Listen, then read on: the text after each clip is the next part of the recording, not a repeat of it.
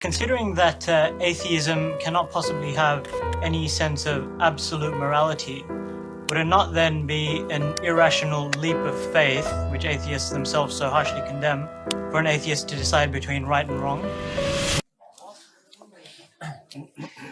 Absolute morality, the absolute morality that a religious person might profess would include what? Stoning people for adultery? Death for apostasy? Punishment for breaking the Sabbath? These are all things which are religiously based absolute moralities. I don't think I want an absolute morality. I think I want a morality that is thought out, reasoned, argued, discussed, and based upon, I could almost say, intelligent design. Can we not design our society which has the sort of morality, the sort of society that we want to live in? If you actually look at the moralities that are accepted among modern people, among 21st century people, we don't believe in slavery anymore. We believe in equality of women. We believe in being gentle. We believe in being kind to animals. These are all things which are entirely recent. They have very little basis in biblical or Quranic scripture. They are things that have developed over historical time through a consensus of reasoning, sober discussion, argument, legal theory, political and moral philosophy. These do not come from religion. To the extent that you can find the good bits in religious scriptures, you have to cherry pick. You search your way through the Bible or the Quran, and you find the occasional verse that is an acceptable profession of morality. And you say, look at that, that's religion. And you leave out all the horrible bits. And you say, oh, we don't believe that anymore. We've grown out of that. Well, of course we've grown out of it. We've grown out of it because of secular moral philosophy and rational discussion. If the Bible does give us these absolute moral values, then why is it that believers in God don't agree what they are? You name it. Name any moral issue that we're struggling with right now. Abortion rights, gay marriage, what else? Stem cell research, doctor-assisted suicide, the war, what? Birth control, capital punishment. The point here is that you name all these issues, you will find really good Christians who are devout. They go to church, they pray, they have loving families, they read the Bible, they ask God for guidance on both sides of those issues. Paul wrote in the Bible, God is not the author of confusion. But can you think of a single book that's caused more confusion than the Bible? You talk about absolute morals, but you don't have them. Those are just words. Real value comes from humanistic situational ethics in the real world. This idea that morality comes merely from the mere issuance of a competent authority.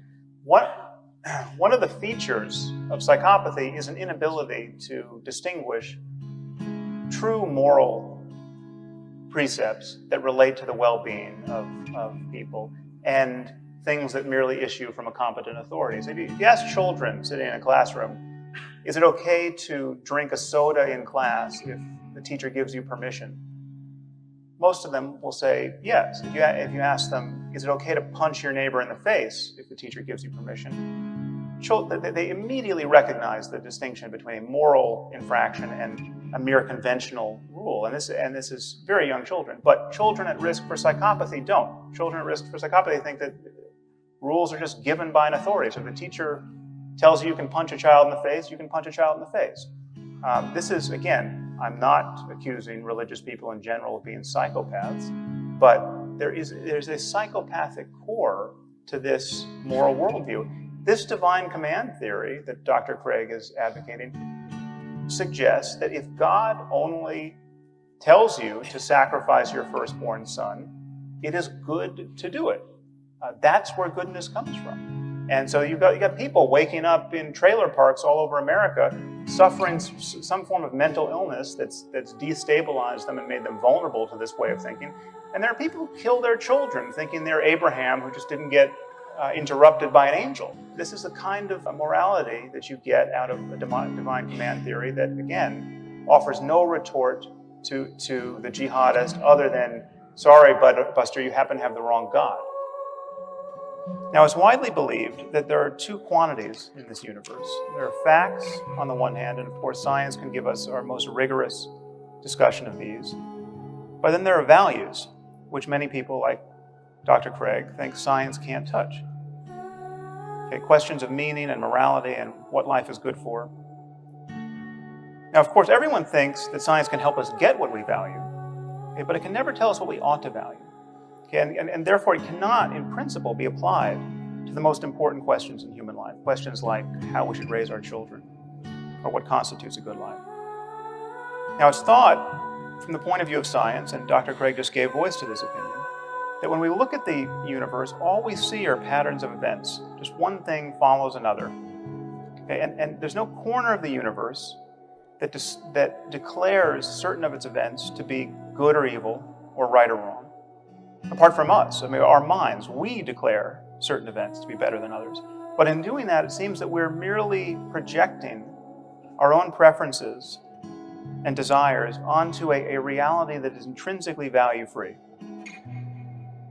And where do our notions of right and wrong come from? Well, clearly they've been drummed into us by evolution. They're the product of these apish urges and social emotions. And then they get modulated by culture. We take sexual jealousy, for instance. And this is an attitude that has been bred into us over millions of years. Okay, our ancestors were highly covetous of one another, despite the fact that everyone was covered with hair and had terrible teeth. And this possessiveness now gets enshrined in various cultural institutions, like the institution of marriage. Okay, so therefore, a statement like, it's wrong to cheat on one's spouse, okay, seems a mere summation of these contingencies. It seems like it's an improvisation on the back of biology. It seems that from the point of view of science, it can't really be wrong to cheat on your spouse. Okay, this is just how apes like ourselves worry when we learn to worry with words. Okay, now here is where religious people, like Dr. Craig, begin to get a little queasy, as I think they should. And many see no alternative but to insert the God of Abraham, an Iron Age God of war, into the clockwork as an invisible arbiter of moral truth. Okay, it is wrong to cheat on your spouse because Yahweh deems that it is so. Okay, which is curious, because in other moods, Yahweh is perfectly fond of genocide and slavery and human sacrifice. Where do we get our morals from? It can't be from the Bible, because almost nobody obeys, certainly not the Old Testament, and most of the New Testament. I mean, death penalty for adultery, there goes half of Congress. I mean, nobody is going to do this, right? So we pick and choose, we cherry pick from the holy books based on something else that's happened that I referenced in my opening statement of there's been this other change that's happened, this secularization of morality. That is, you have to actually have good reasons for why you hold certain moral principles, and you should be able to articulate them. And so that's been the change there. So even if you and I both listen to the still small voice within to decide what's right or wrong, Dinesh, I'm claiming you're not getting it from the Bible, and I'm not either. We're getting it from somewhere else. I think we've evolved this propensity to have moral emotions, and then culture tweaks them, and we've been getting progressively more moral. I'm in exactly the same position with respect to your Yahweh, your Jehovah, whatever you call him. I'm in exactly the same position with respect to him as you are with respect to Zeus. And I cannot imagine not believing in Zeus leading one to do terrible disease. It's exactly the same with not believing in God. The place to put our faith is in human conversation. This is all we have to work with.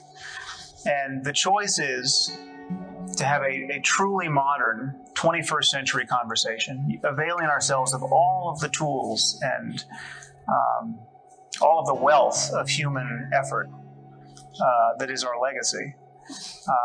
Or we can fixate our conversation in a prior century. It can be the 7th century if you're a Muslim. It can be the 5th century BC if you're a Jew. And we can privilege a conversation that was had then among people who could barely see the wisdom of swapping out their child for a goat in a sacrifice, and dignify their claims to understanding reality with some kind of special prescience. And I think we should be very leery of doing that, given what we see about us in the name of religion.